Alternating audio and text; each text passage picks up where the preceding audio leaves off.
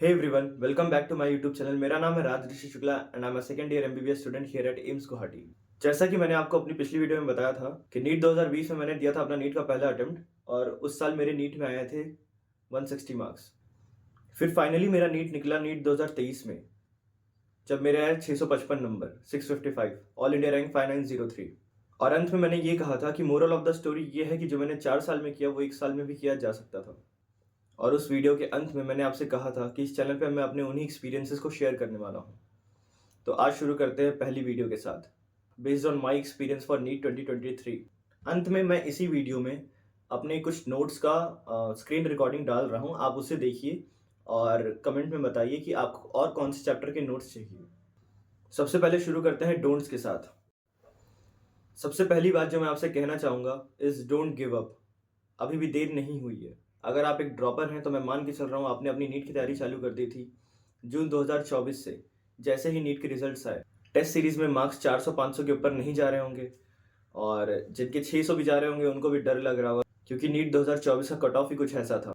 लेकिन एक बात हमेशा याद रखना, फियर ऑफ फेलियर हमेशा रहता है।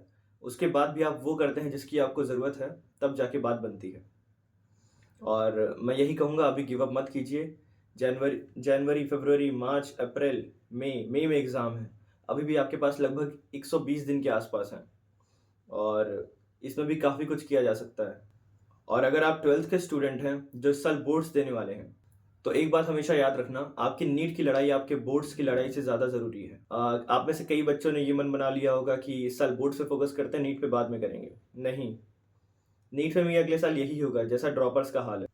आप बोर्ड एग्जाम के फियर को इस्तेमाल करके थ्योरी बेस्ड सारे क्वेश्चंस, बायो तो कर ही सकते हैं आप अच्छे से, फिजिक्स केमिस्ट्री भी थ्योरी बेस्ड कर लीजिए 12th के। और जब वक्त बचेगा तो आप रिवीजन कीजिएगा उसका बोर्ड्स के बाद, और 11th भी कीजिएगा।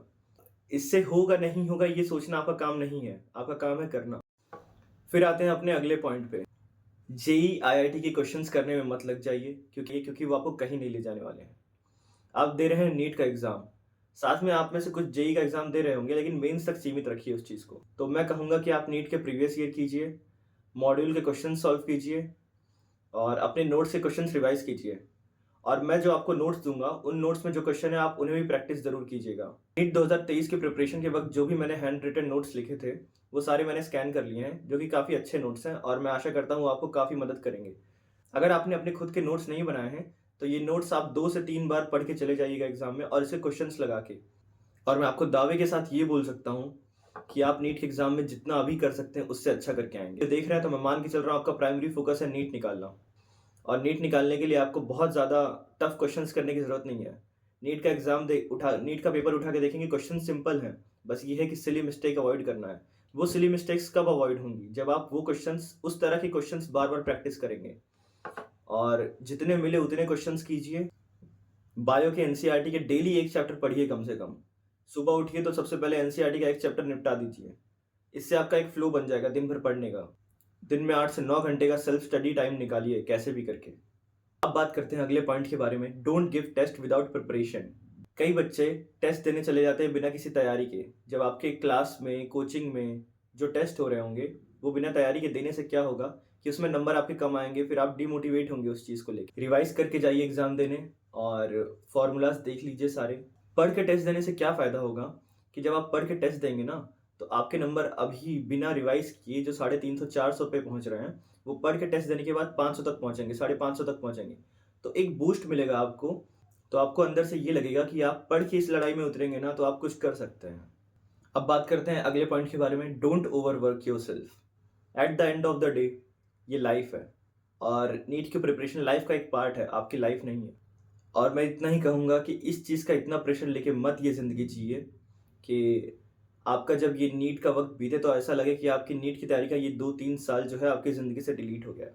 दोस्त बनाइए, दोस्तों से मिलिए, कभी कभी मूवीज़ देखिए और पढ़ाई भी कीजिए। 8 से 9 घंटे की स्टडी निकालिए, 8 से 9 घंटे की नींद लीजिए। जो वक्त बीत रहा है उसमें आप थोड़ा एंजॉय भी करिए। अब बात करते हैं डूज के बारे में। सबसे पहला पॉइंट जो मैं आपको बताने जा रहा हूँ is cool down, don't overwork yourself. अब बात करते हैं अगले पॉइंट के बारे में, नो योर वीक पॉइंट्स। 8 से 9 घंटे पढ़ाई कर रहे हैं, अच्छी बात है। अंधाधुंध पढ़ाई कर रहे हैं, ये अच्छी बात नहीं है। आपको ये पता होना चाहिए कि कौन से टॉपिक्स आपके वीक हैं जिससे आप उन पर काम कर सकें। जैसे मेरे वक्त में नीट 2022 के प्रिपरेशन के वक्त में मैंने अपने बायो के 8 चैप्टर्स अच्छे से नहीं किए थे, और ऑर्गेनिक तो पूरी ही वीक थी मेरी। अपने वीक टॉपिक्स ढूंढिए और अभी जनवरी फरवरी का जो वक्त है ना, इस वक्त में आप उन्हें स्ट्रॉन्ग कीजिए, बाद में रिवाइज करने में आसानी होगी। तो सारे क्वेश्चंस आपको अटेम्प्ट करने ही करने हैं, और उसके लिए क्या, सारे कॉन्सेप्ट्स आपको आने चाहिए। एक एक बार सारे कॉन्सेप्ट्स देखिए, समझिए, उसके बाद रिवाइज करने में आसानी होगी। उन्हें अच्छा लगे चाहे ना लगे, समझ में आए चाहे ना आए, उसको समझने की कोशिश की। बिना सारे कॉन्सेप्ट्स पढ़े एक बार इस पहाड़ जैसे सिलेबस को ऊंचाई तक पहुंचे बिना नहीं कर सकते आप। अब आते हैं अगले पॉइंट पे। 7 से 8 घंटे की नींद आपको लेनी ही लेनी है। और जैसे मैं पर्सनली बताऊं, मैं कोटा में तैयारी करता था, ठंडी का मौसम था तो 10 घंटे तक भी चली जाती थी। एज लॉन्ग एज आप 8 से 9 घंटे की सेल्फ स्टडी खींच पा रहे हैं, आप कितना भी सोइए कुछ फर्क नहीं पड़ता। और लेकिन आप ज़्यादा सोएंगे तो आप थोड़ा स्लीपी फील करेंगे पूरे दिन, तो इतना भी मत सोइए कि, और सो के उठिए तो आप थोड़ा वर्कआउट कर लीजिए, जिससे आपकी बॉडी थोड़ी एक्टिव होगी। चाय पी लीजिए, कॉफ़ी पी लीजिए, और पढ़ने बैठ जाइए तुरंत। अगले पॉइंट की बात करते हैं, do work on topics you have ignored. कुछ टॉपिक्स ऐसे होते हैं जिसको देखने का ही मन करता है, क्या करें इसको, कुछ पढ़ा ही नहीं इसके बारे में कभी, और इसको जाने ही देते हैं, करेंगे फिर कभी करेंगे। ऐसे करते करते पेपर आ जाता है, वो होता नहीं है टॉपिक कभी। आपको वो टॉपिक अभी करना होगा, जनवरी फरवरी के वक्त में ही, जिससे आप बाद में उसे रिवाइज कर सकें। और वीक टॉपिक्स और इग्नोर्ड टॉपिक्स की एक लिस्ट बनाइए। मैं तो बोलूँगा सबसे पहले उन्हीं को कीजिए। फिर आते हैं अगले पॉइंट पे, don't get up until you finish one chapter. एक पूरा चैप्टर आप जब करके उठेंगे ना, तो आपको जो सेटिस्फैक्शन मिलेगा कि आप 96 चैप्टर्स, जब मैं तैयारी करता था 96 98 चैप्टर्स हुआ करते थे, और अभी मुझे सिलेबस को एक बार फिर से देखना पड़ेगा कि कितने चैप्टर्स हैं। जब आप एक बार पूरा चैप्टर खत्म करके उठेंगे ना, तो आपको जो सेटिस्फैक्शन मिलेगा कि आप एक रन में एक चैप्टर खत्म कर दे रहे हैं, तो वो आपको और चैप्टर करने पे मोटिवेट करेगा, और इस वक्त आपको मोटिवेशन की ही ज़रूरत है। जैसे कि मैं अपनी तैयारी के वक्त करता था, सुबह उठ के सबसे पहले बिना ब्रश किए एनसीईआरटी का एक चैप्टर लेके पूरा पढ़ डालता था। और अगर जैसे मॉलिक्यूलर बेसिस जैसा चैप्टर है, तो उसे तो 2 रन में पढ़ना पड़ेगा। छोटे छोटे चैप्टर्स एक रन में कर डालिए, लेकिन एक चैप्टर जब खत्म नहीं कर देते हैं ना, तब तक दूसरे चैप्टर पे मूव ऑन मत कीजिए, और उस चैप्टर को उसी दिन खत्म करने की कोशिश कीजिए। रिवीजन की बात कर रहा हूँ, और सिलेबस कंप्लीशन में तो एक चैप्टर 7-8 दिन भी ले सकता है। अगले पॉइंट पे आते हैं, if you are unsure about an answer, leave it, just leave it. फिर मौका मिलेगा, और 75% चांस है आप वो आंसर गलत मार्क कर देंगे। जब आप क्वेश्चन पेपर को देखेंगे, सारे क्वेश्चन एक बार अटेम्प्ट कर देंगे राउंड 1 में, फिर जब अब आपके पास टाइम बचेगा, लास्ट का आधा घंटा 15 मिनट जो भी बचेगा, उसमें वो क्वेश्चन दोबारा देखिए। और जहाँ तक है कि वो चीज़ याद आ जानी चाहिए, अगर आपने एक बार भी उसे पढ़ा है तो आपको वो चीज़ याद आ जानी चाहिए, और आप गेस करके मार सकते हैं उस चीज़ को। लेकिन पहली बार में अगर अनश्योर हैं तो उस पर सर्कल करके रखिए, उसे अटेम्प्ट मत कीजिए। मैं अपना पेपर अटेम्प्ट करने का स्ट्रैटेजी भी इस चैनल पे डालने वाला हूँ, तो बने रहिए। अंत में इतना ही कहूँगा कि ये आखिरी पॉइंट है, एग्ज़ाम देने के बाद जो आप मज़े करेंगे, और उससे भी बेहतर एग्ज़ाम निकलने के बाद आप जो मज़े करेंगे, उसके बारे में सोचिए। आपको आगे बढ़ने का मौका मिलेगा कि आपके आसपास आपके पेरेंट्स खुश होंगे, रिलेटिव्स की जल के राख हो गई होगी, और किसी फंक्शन में जाएंगे आपके माता पिता, तो जो सम्मान मिलेगा, उनकी इतनी साल की मेहनत सफल होगी आपके एक एग्ज़ाम निकालने से। उस चीज़ के बारे में सोचिए, और अभी रुकना नहीं, एग्ज़ाम एकदम पास में है, और लगे रहना। ये मेरे फिजिक्स के हैंड रिटन नोट्स हैं, इसमें सारा फिजिक्स है, एक्सेप्ट मेरे ख्याल से बेसिक मैथ्स को छोड़ के सारा फिजिक्स है इसमें। और मैं आपको दिखाने जा रहा हूँ ग्रेविटेशन के नोट्स अपने।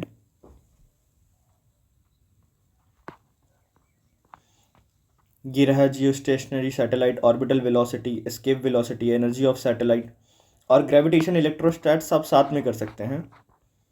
और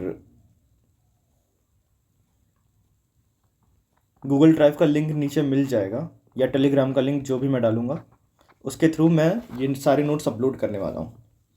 और मैं आशा करूँगा कि आपको इन नोट्स से काफ़ी हेल्प मिले। ये ग्रेविटेशन है, और इनऑर्गेनिक में भी मैं एक चैप्टर डाल रहा हूँ पीरियोडिक टेबल का।